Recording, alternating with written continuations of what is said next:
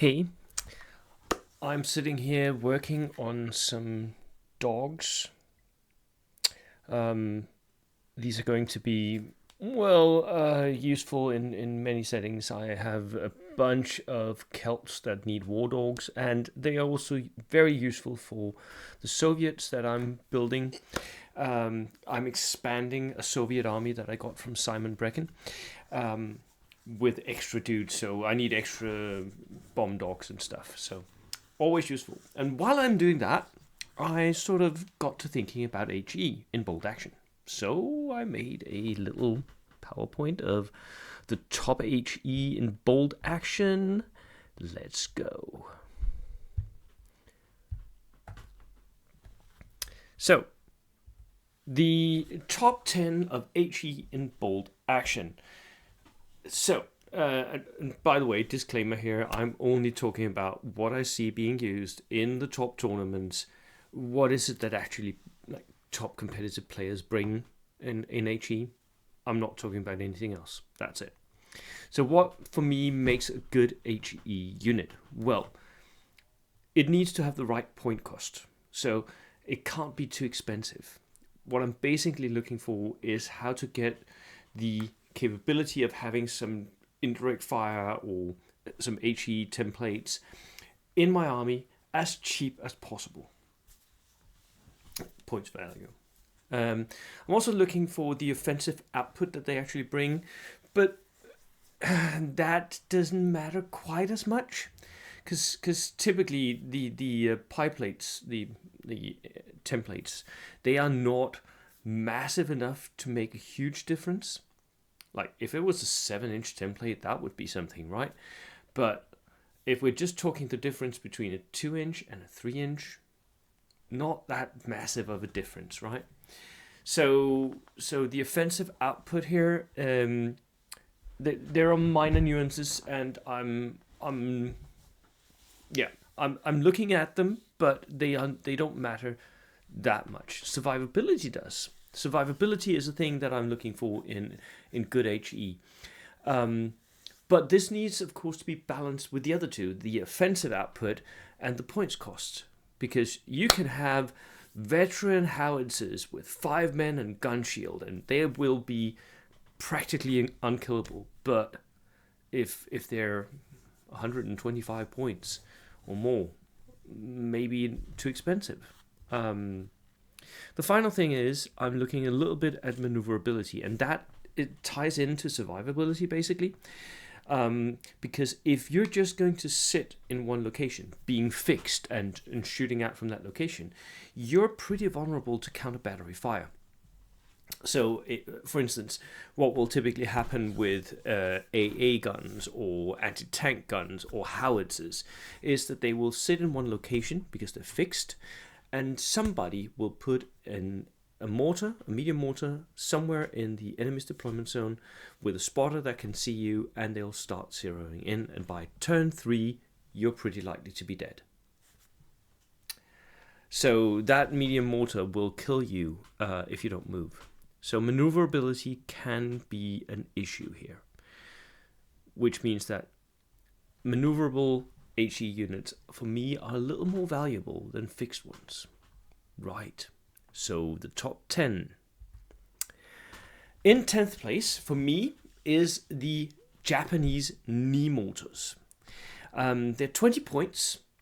You buy them for your grenadiers or dual weapon platoons. I think you should buy them for grenadiers because that means you can spam them. They are HE1, so they're a light mortar. They're not massively useful. 20 points for a light mortar where you have to have 2 guys, one of them the shooter, the other the loader. It's a lot of points to sink into that one knee mortar. But of course your men do still have their rifles, so they can shoot those instead if you want to. They have a very limited range as well. And they can only shoot indirectly. So they're not massively deadly, but you can spam them. And this, for me, is what makes the knee mortars interesting. Because for 60 points, you get 3 knee mortars in your unit. And those 3 knee mortars shooting, zeroing in, you're very, very likely to get that one hit. And when you get a one hit, you're very likely to next turn get more hits and more hits and more hits. And suddenly the enemy unit is locked down by pins and it just sits there being shot at every single turn. That is why the knee mortar really works. It is, however, a little too expensive to be actually like in the very, very top, but it does make my top 10. And I do see these being brought sometimes to tournaments. Some players will make the knee mortar spam lists for Japanese, hi Mark, and make them work. So it is a viable build, but it's not one that you see every single time with Japanese. So it's maybe not that competitive. It's a build and it can work. Right. So that was number 10. Number 9 is the heavy howitzer. So in the opposite end of the spectrum here, the heavy howitzer, if you buy that regular with a spotter and a gun shield, that is 125 points. It's HE4, so it's massively destructive. It can hit at least 3 men each time it shoots, because most likely the enemy will spread out a bit, so there'll be 1 inch between each of their men, but you're very likely to hit at least 3. And those 3 are very, very likely to die, because you'll have +4 to kill them. So even veterans die on everything but a 1, right? It can fire directly, although I don't see that happen very often, but it is a possibility and it can be a viable option. Just don't ever shoot it at something that hasn't gone yet, because what will typically happen is that unit will go down and you'll miss. So shoot at units that have already moved, or shoot from ambush as units are moving. That's a good one. It's very, very deadly, but it's fixed and it's very expensive. It's 1 shot, so you're going to get a maximum of 6 to 7 shots per game. So perhaps this is actually overkill. I think it is, but I have seen it done. I have seen people bring heavy howitzers to games, which can be beneficial, especially if they get open tables, like tables where the line of sights are very good, right? So maybe it's overkill, and that is why it's in 9th place, not above this. In 8th place is the medium howitzer. The medium howitzer is almost as deadly as the heavy howitzer, because for 85 points you get a regular medium howitzer with a spotter and a gun shield, so it's very, very survivable. It's just as survivable as the heavy howitzer, except the heavy howitzer has like 1 dude extra in the crew, right? It can still fire directly and indirectly. It's HE3, so it's +3 to penetration against soft-skinned and what do you have, infantry. And with a 3-inch template, you're still very likely to get at least 2 guys, possibly 3. I mean, it's just very, very good, isn't it? And it's that much cheaper. You're cutting off 40 points of the cost of your howitzer here.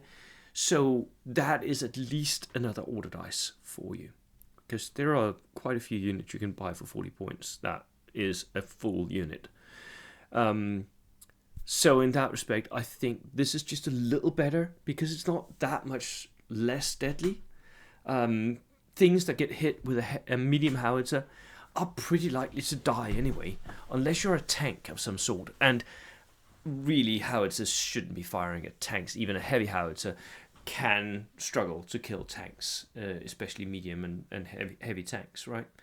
So for me, the medium howitzer is brought more often than the heavy howitzer, which sort of speaks into what I've been saying here, that value for money, I think the medium howitzer is better, and I think a lot of competitive players agree with me on that one, just because they bring them more often.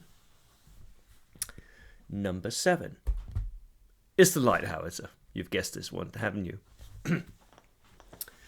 A light howitzer, you get one inexperienced with a gun shield for 40 points.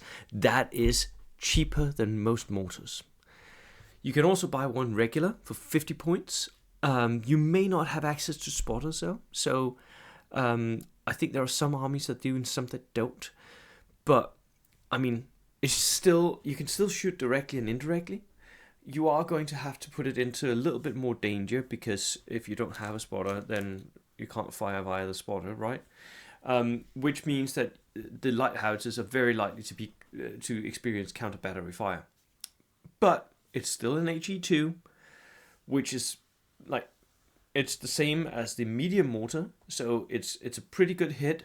It still like kills most veterans, and it can still do the zeroing in, so it's very cheap, and it's still deadly, just deadly enough. Especially against tanks. Even though you might not kill the tanks, you still deliver quite a lot of pins, which is the same, by the way, for the medium howitzer and the heavy howitzer. You deliver quite a lot of pins. The tank will not do something for a turn at least, and you're ready to go again. So as that, I think it's very, very valuable points for value here, a light howitzer. If I have the points, I'll take the medium howitzer instead. But since it's like half the points, more or less, of a medium howitzer, I think it's just way, way, way better.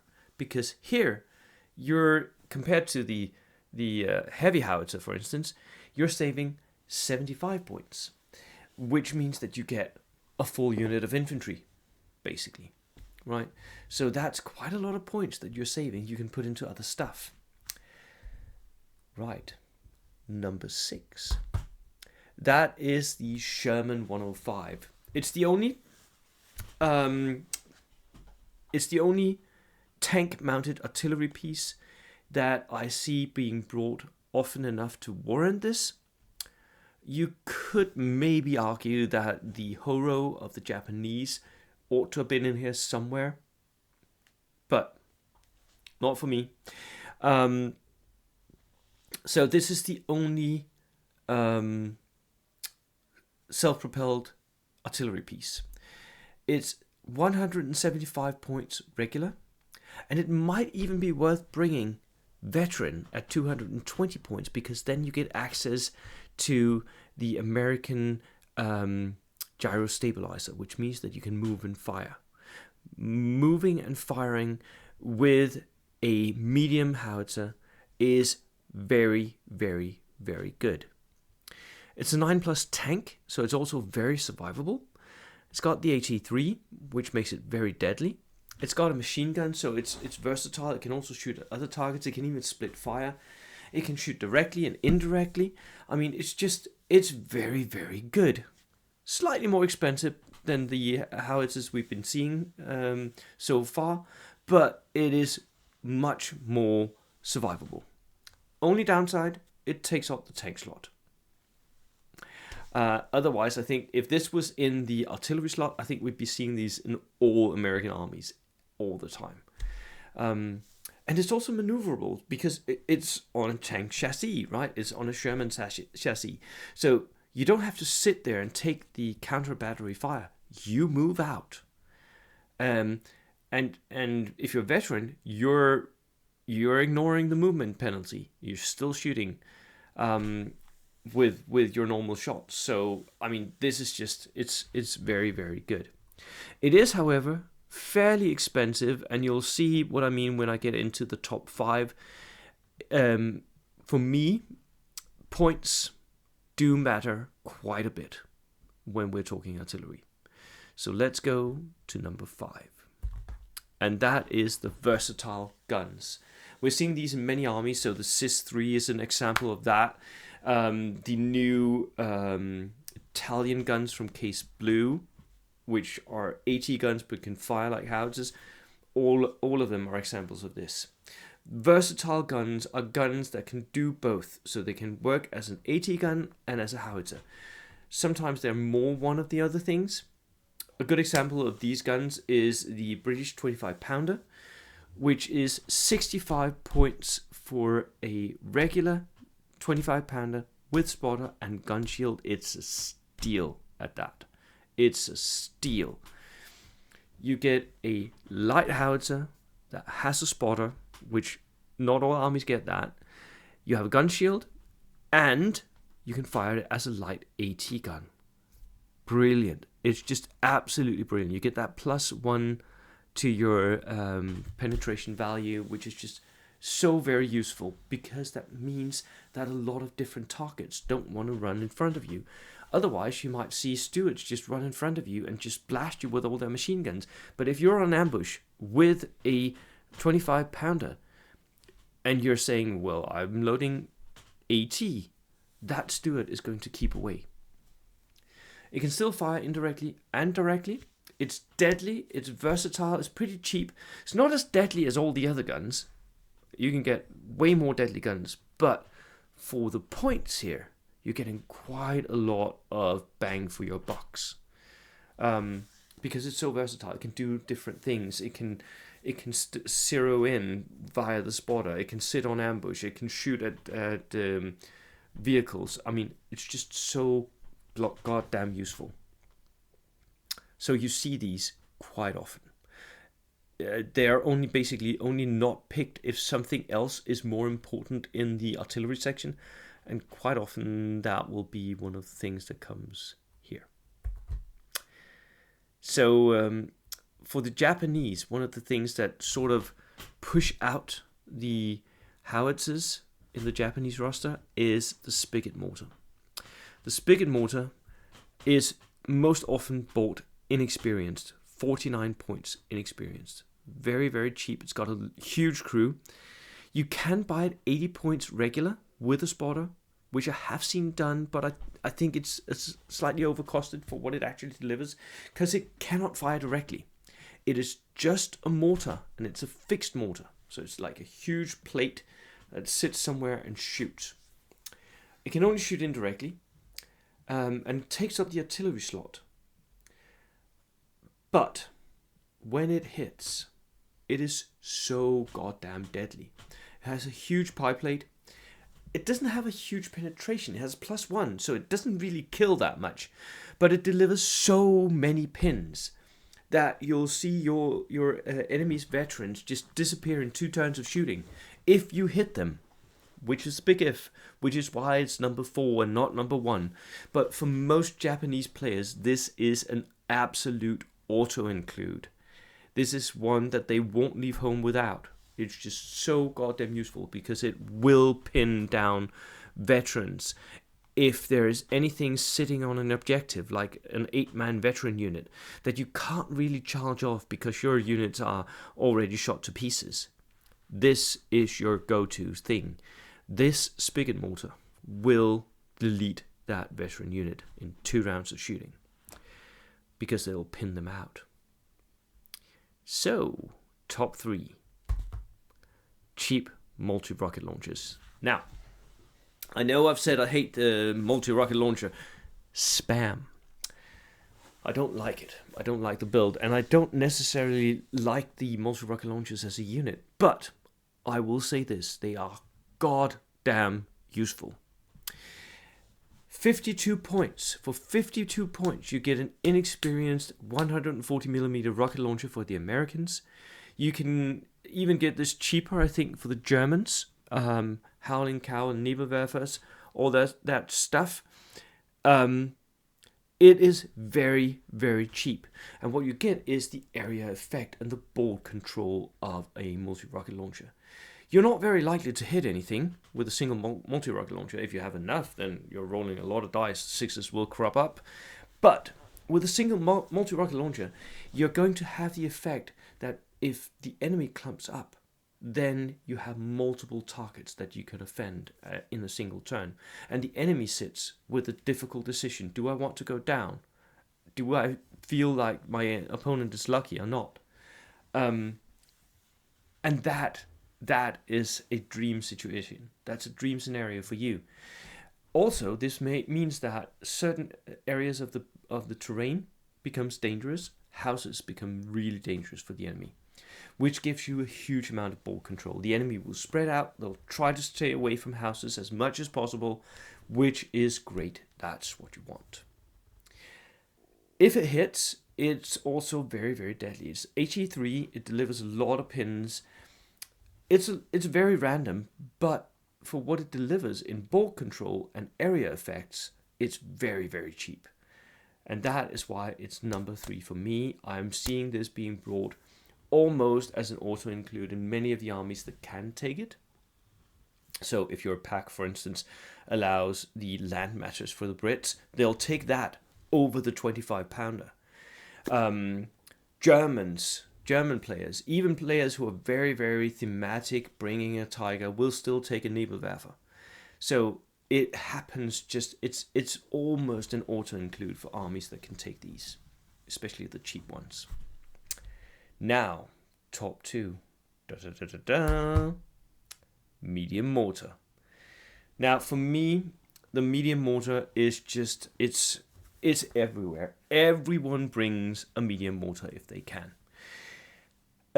Even me, in my last couple of tournament lists, I've brought medium mortars, although I don't really like them. I've even painted up a new one. It sits over on my shelf right now. I can see it from here. I don't really like medium mortars, and at least at World Open War, it didn't do a thing for me. It didn't hit a single time in 6 games. At the WTC, I did get a few hits, but it died way more often for me. For me, the medium mortar, 60 points, regular, with a spotter, it's very good. And you'll see this being brought everywhere, especially by people in the UK. They really like theirs regular with a spotter. It's survivable because you can hide it. It's reliable. It can do that counter battery fire that I talked about before very reliably. And it's got a huge range, 48 range. So the range is very, very good. If it hits, it's not massively likely to kill whatever it hits in one go, although that can happen. But it's very, very likely to kill it in 2 turns of shooting. It can even kill tanks.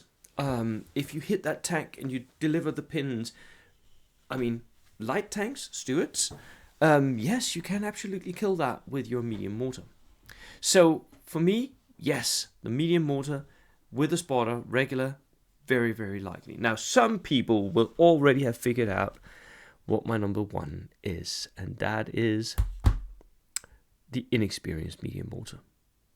I'm dividing these up into 2 because I'm seeing these being used in 2 different ways, in 2 different metas. The inexperienced medium mortar is perhaps more of a mainland Europe thing, whereas the Brits tend to use the regular mortar that I just showed you. And we can argue all day. I recently did a video with Dan Lane from the UK, and he will always bring a regular medium mortar if he can. So, for me, the inexperienced medium mortar. Why? Because it's just as deadly and it doesn't get worse at what it does. Yes, it's a little bit more likely to die, a little bit. And yes, you can't hide it if you want to shoot at it, but it gives you the capability of being able to zero in. So you're going to have to hide it from enemy snipers.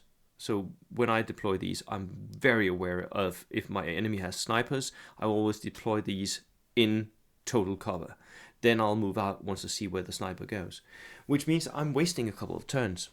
I'm doing that, yes.